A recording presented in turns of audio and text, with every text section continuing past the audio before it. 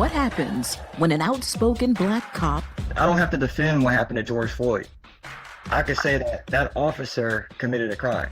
And I'm in law enforcement, and I got to be able to stand up and do that. decides to cross the blue line. If I see an officer doing something wrong, and I'm part of that culture, will I stand up at that particular time? Or once the investigation come out, I'm called in, and I'm forced to speak out and testify what had happened. And that takes courage, and that's part of the culture change. A Marshall Project investigation. The question, do black cops help or hurt our communities? My reporting really showed the great obstacles. Now on Blackland. And now, as a brown person, you just feel so invisible. Black Lives Not Fiction. Where we're from. Brothers and sisters, I welcome you to this joyful day. We celebrate freedom. Where we are.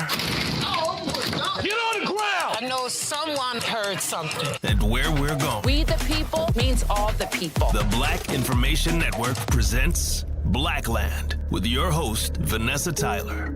It's probably one of the worst things a black cop could do, crossing the blue line. That turned into a deep dive for this answer. Do black cops hurt or help the black community? Investigative journalist Wilbert Cooper of the Marshall Project researched to find out. Wilbert, welcome to Blackland. Hi, how you doing? Thanks so much for having me. Let's start with the period of racial reckoning, the murder of George Floyd. No justice! No peace! No justice! No peace! Say his name! George Floyd! Say his name! George Floyd! That's the time you begin your report about Sergeant Vincent Montague. He wasn't in Minneapolis where Floyd was murdered. He was a sergeant in Cleveland, Ohio. Talk about him. Yes, he is a very fascinating individual. Basically, in the city of Cleveland, he was getting a lot of press and a lot of recognition for being a voice of reform. He was marching with Black Lives Matter activists.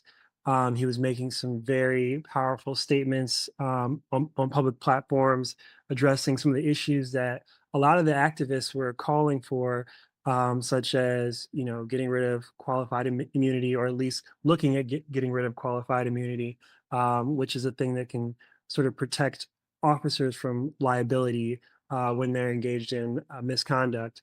And so he was this very interesting and somewhat polarizing figure because he was a police officer who was calling for making these changes, and he was representing this organization called the Black Shield, which is a black policing organization. Yes, I'm the president of Black Shield Police Association. Here's a clip of Officer Vincent Montague speaking on Cleveland Police Department's Facebook page. And the Police Association was established in 1946, where a group of black officers met at a house to discuss issues that black officers were having on the job. They were facing discrimination issues, and they could not meet in public, so they had to meet behind closed doors to talk about these issues and find ways to solve the problem. So in March 1946, that's when the organization was actually started. But moving forward to 1969, the organization was actually chartered. And in 1972, the organization changed their name to the Black Shield Police Association, which is a nonprofit organization. So they did start out as a social club because they could not mingle and talk to other white officers and join their other organizations. So that's why they had to start a social club. But then as time went on, they became more involved in the community, and then they were able to help officers on the job, like black officers. And that was the objective when the organization started. So that's why they became the Black Shield Police Association, which the name still stands, and it's a nonprofit organization.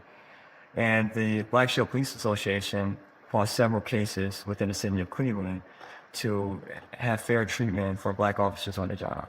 Investigative reporter Wilbert Cooper says nearly every black Cleveland cop is a longtime member of the Black Shield, and he should know his parents were Cleveland cops. I'm from the city of Cleveland. My parents are black police officers, and I grew up pretty familiar with the Black Shield because my parents were members of the organization They pay dues to it. So, the formation of the organization is very much tied to this idea of Black officers being representatives of the community and kind of, trying to shift or push policing in a way in which it could serve Black people more than hurt Black people. But also, the organization is about the labor issues that Black officers face within the police department. So Cooper decided to profile Montague for the Marshall Project, the reporting organization laser focused on covering issues of social justice. When I think about the reporting that I did and talking with Montague, I think the reason it was so polarizing for him, funnily, is because he was kind of attacked by his peers just for merely being open to the prospect of exploring whether or not qualified immunity should be gotten rid of or changed. So, the funny thing about it was when he made this statement that sort of got him, lambasted in the police department. It was just talking about exploring this issue, not even really getting rid of it. And that sort of represented to me just how staunchly some people within the police department can be against the kind of reforms that people within the community are calling for. Qualified immunity, the third rail for many in policing, especially the unions. It is the main issue on Capitol Hill, now holding up the George Floyd Justice and Policing Act to this day, 4 years after Floyd told the world he could not breathe. Montague simply questioned, why shouldn't cops be sued personally for their wrongdoing? And Montague did it publicly. Here is another clip.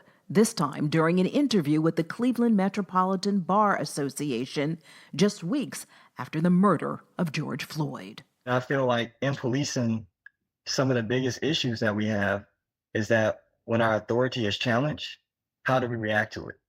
And I think sometimes officers, they get real defensive. So if someone's cussing me out and they're walking away, they're walking away. But am I going to let it get under my skin because they're not listening to me and then have a use of force?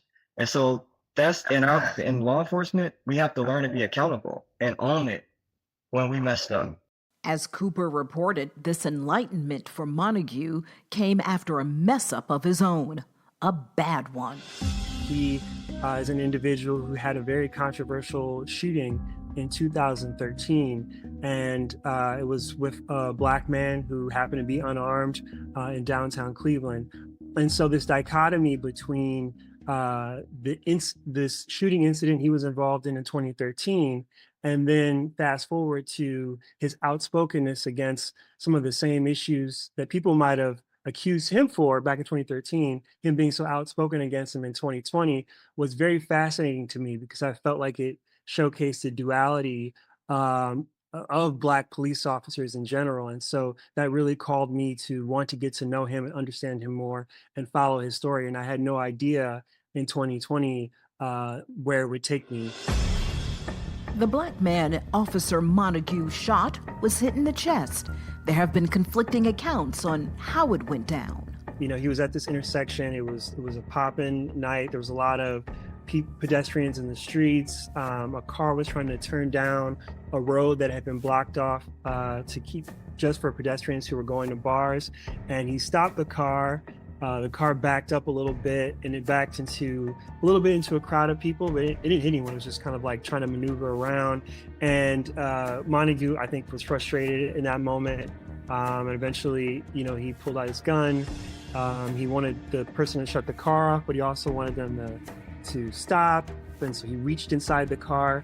And as he's reaching and pointing his gun goes off. Montague would claim that in interviews, he would say, this was reactional discharge, that he felt that the person in the car was grabbing or reaching for his gun. However, the person who was in the car, whose name is Greg Love, would claim that he had his hands up the entire time during the entire interaction. He did not reach for Montague's gun, but instead Montague just shot him. And for what reason, he's not entirely sure. And so this was a controversial shooting that ultimately Montague wasn't really punished for. He was mainly punished for just reaching in the car. The punishment for the Black officer? suspension. The black man he shot did live and sued the city. But Cooper reports Montague also eventually got a promotion. Officer Montague became a sergeant. But the white union in this particular shooting, normally we see the union coming out in support of an officer, even without all the facts. But in this case, I understand the white union really didn't take up and challenge his suspension. Exactly. That's definitely how Vince feels, and I think that there are a lot of black officers who have been in situations, many of which are not as controversial as Vince, who feel like they did not get the support from the white union when they're facing discipline. I think this was a bit of a racial reckoning for Vince, because I think up until that point, I think he had become to really identify with the police department and being a police officer. And I think when he realized that he wasn't getting the support like his white peers, it really changed his perspective, and it made him want to align more closer with the black police officers on the department. And that alignment sort of got him in a greater orbit with the Black Shield, and then ultimately with black activists within the community, which I think really evolved into him becoming the person he was when I met him in 2020. Journalist Wilbert Cooper says that's when Montague began to change, becoming more outspoken about issues in the community. Here he is again in that June 2020 interview. What I do see is that respecting the community. Is there a reason why there's officers that patrol an area of, say, Pepper Pike, more of an affluent community? Why are they getting treated differently than someone that lives in an area that may be more people that live in poverty? Should they get the same services? So I do see that it's a difference of how people are treated. I do see that culturally in the department, there is silence when it comes to things. And like I mentioned, sometimes you want to fit in with that culture. And sometimes you going home at night depends on you fitting in with that culture. It's definitely not right. And I think the culture needs to change. And that's why me as the Black Shield president, I'm speaking out, because a lot of times when you see officers talk to the public, they don't look like me. I get it at work.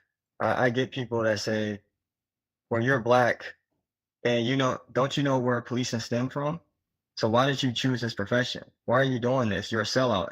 This job is a good career. Not only are you serving the community, but that's the issue I'm having with people that terrorize the community that's in policing or complaining because the community, they're making demands. They want change and we're not listening to it. And that's the problem I have, because people become millionaires off this job as police officers. They make 6 figures a year for arresting people in the community and doing things. I'm not saying everything officers do is wrong, but if the community is complaining about it, the world is complaining. We need to listen and make some changes, because we're getting paid off of the taxpayers' money. So if someone has some issues like qualified immunity has been brought up, looking at the collective bargaining agreement, all these things have been looked at, and I think it needs to be reevaluated. It seems as if Montague knew he was replacing a badge on his chest with a target on his back from his own fellow officers. So when he took that mantle and kind of tried to align it with this movement that was happening on the streets of Cleveland, on the streets of New York, everywhere else, is Black Lives Matter and post George Floyd energy, I think he really put himself in a position that is sort of outside the norms of the police department, and even at that point, outside the norms of what a lot of Black police officers might have advocated for publicly, despite what they would say privately. Publicly, the sergeant, who was also the president of the Black Shield, did talk about how police roughed up citizens simply protesting against the Floyd injustice. I haven't seen officers complain about the protests. How I heard it from the citizens part, officers were told that you have full range. You could pepper spray, you could shoot out gas canisters, and you don't have to do a use of force at all. So you got some officers saying, "Hey, I'm not trying to be part of that." But what about the officers that really want to do that? They could just pepper spray the community and shoot gas cans at them and all this stuff. Why would you want to do that to the community? And so those things really need to be addressed. As journalist Wilbert Cooper continued to follow the Cleveland cop who by this time even marched with the protesters, it wasn't going to be long before he was gone from the department.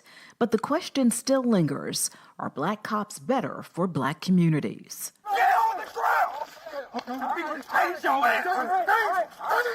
I'm on the ground. Lay down! On the ground! That's not lay down!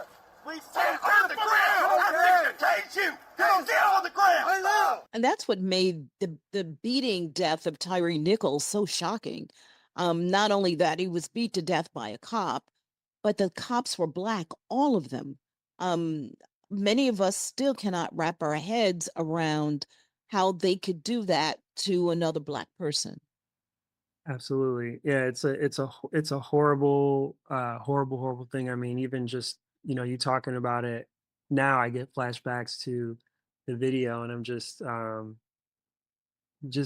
bowled over by it because it's really, really terrible. Did you find that by hiring more black officers result in change for us, for our communities, perhaps fewer stops, maybe fewer shootings?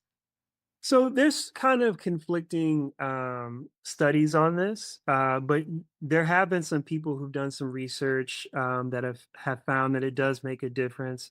One study from 2020 found that, while use of force is kind of the same among black and white cops in mixed areas, in largely black areas, white cops are 5 times more likely to shoot their gun than black cops are. So in mixed areas, black cops and white cops use force about the same, but in black areas, white cops appear to be more aggressive and do more aggressive style policing.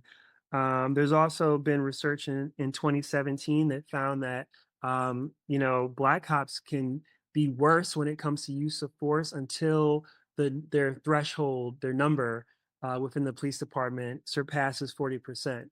And at that point, once their number within the department passes 40%, you could find them bringing their values and their culture into the department and changing the way the use of force is happening within the department. But under 40%, black cops tend to acquiesce to the culture that exists there and may even go over the top to prove that they're a part of the culture and that they're not, being easy on black people or that they're connected to the unfortunate criminality that people associate with black people. You mentioned you come from a family of cops. Not only was your father a police officer in Cleveland, so was your mother. What was that like? And what type of cops were they? They were, regular Cleveland police officers. They both became sergeants before they retired. My mom actually is older than my dad, and so she was on the department before him, and she taught my dad in the police academy. So she's every bit as much of a police officer as my dad is, and she's one of the first women police officers to serve in a non-segregated police department because before she was hired, women had their own like women's bureau, and so they had different tasks that were mainly focused on women and children, and they did sort of a different kind of policing previous to when my mom came on in the 70s. But when my mom came on, she had to do the police academy test, had to shoot, had to do everything just like the men. But there's a lot of police officers in my family. My great uncles were both police officers, and my great uncle Curtis Scott was originally a member of the Black Shield in the 1960s when it was sort of trying to align itself with the civil rights movement. And also, my sister was a police officer.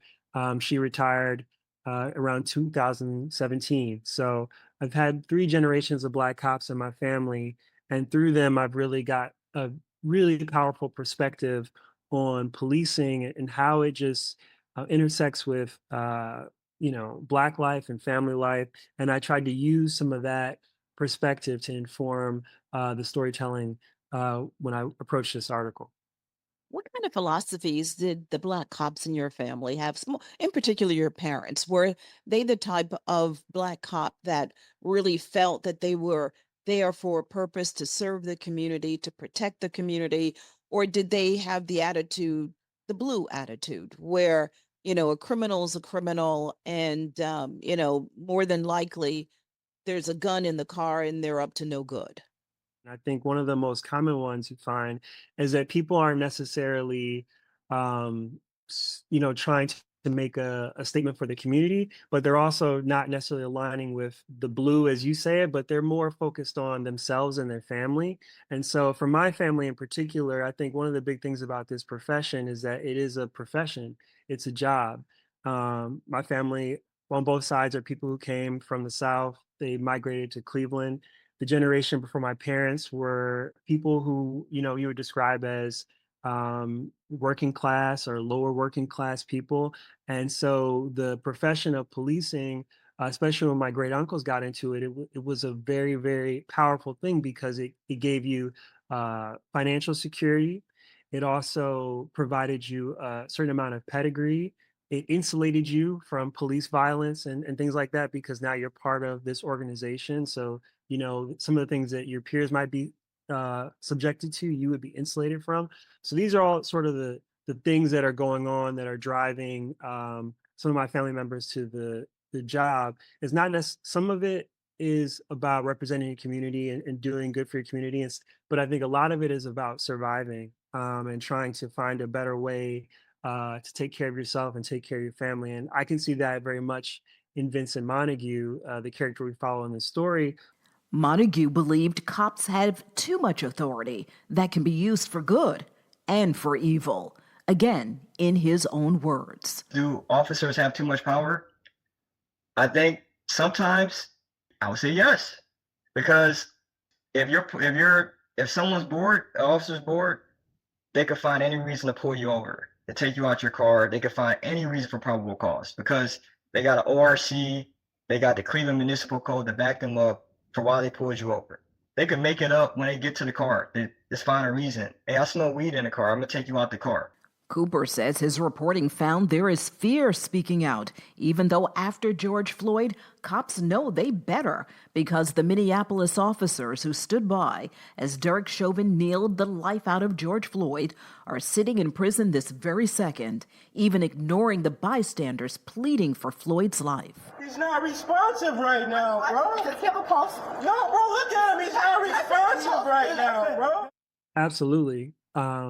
I think that one of the things that the insight I've gotten from Black police officers is part of the fear that about standing up is that when my back is against the wall and I need to call for backup, they won't come, or if I make a mistake, they'll nail me to the wall for a mistake that I made because I spoke out about this. And that's one of the interesting things about this story is it follows Vincent from 2020 after George Floyd, when he's the leader of this organization and he's sort of outspoken and he's prominent, he's on NPR, he's getting all this recognition that he's aligning with Black Lives Matter activists who are championing him, and he's sort of having this like flourishing, glowing moment, and it follows him through this really crazy ordeal in which he's involved in what people perceive to be a bribery scheme. Their bribery scheme. Cooper says it's a convoluted story where Sergeant Montague allegedly obtained off-duty moonlighting work not for himself but for another officer. Many in the community who supported the cops say it was just an excuse to fire the outspoken Black sergeant who headed the Black Shield. I mean, I've already been told by the leadership of the Black Shield that the organization itself is going to be much more focused on its internal issues and less outspoken about external issues facing the Black community as a result of what happened to its former president being fired in connection with this alleged bribery scheme. And of course, you see, with him ultimately being fired, you see the case really not having to do with that case, but more having to do with the fact that he has been speaking out for the Black community. Well, that's exactly what the local Black Lives Matter activists talk about. And I mean, what's fascinating for me, as a reporter, it's like I can't say one way or the other exactly how it played out or exactly what happened. As for the courts and things to decide, but the seeing the Black Lives Matter activists in the city, particularly Tamir Rice's mother, Samaria Rice, speak so passionately about Vincent and who he was to them, and how much he was aiding in what they were trying to do, and their feelings of disappointment that this is a figure who they connect with deeply, who's not in the police department anymore. I think it probably has a bit of a damaging effect on the hope that some folks might have in the city of Cleveland who are engaged in these things about the possibility for reform. So his voice is gone. Where is former Sergeant Montague today? He has a family and found his next career in the military. To go from being at the helm of an organization that was doing really progressive, notable work that people are talking about, doing interviews, being in national media and things of that nature, and then going a few years later to being in boot camp with people who are almost half his age, and kind of restarting his life over again, and also being 500 miles away from his family, his kids, and his loved one, and all the things that had driven him to work the job, the police department job in the first place, now being so far removed from them. Did your research and reporting reveal the Black community better served by Black cops? My reporting really showed the great obstacles faced by officers enmeshed in these institutions when they try to push and they try to change it. And I think that if there's any hope of changing it, it's going to take everyone kind of coming together to be able to push and advocate for something different than what we have today. Wilbert Cooper, great reporting. How can our listeners learn more? And tell us a little bit about the Marshall Project. Yeah, so please visit the Marshall Project. It's a nonprofit news organization focused on criminal justice. So if you're interested in these topics, you might have already read some Marshall Project articles or listened to some podcasts, because we often partner with other organizations like the New York Times or the Wall Street Journal to do really compelling, sometimes Pulitzer Prize winning work on criminal justice. And my colleagues are fantastic and do great work. And you can look out for me, because I will be publishing a book around this same topic called The Black Shield, which will be in part much of the reporting, a much deeper dive into the history of policing and Black police officers. And also it'll be part memoir. So it'll be a deep look at my family and the three generations of police officers in my family, and kind of how they ended up doing what they did, and sort of what that means for me as their child. And so go to the marshallproject.org.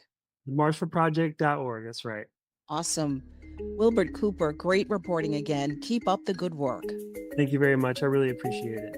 I'm Vanessa Tyler. Be sure to join me next time on Blackland. Like and subscribe. A new episode drops every Friday.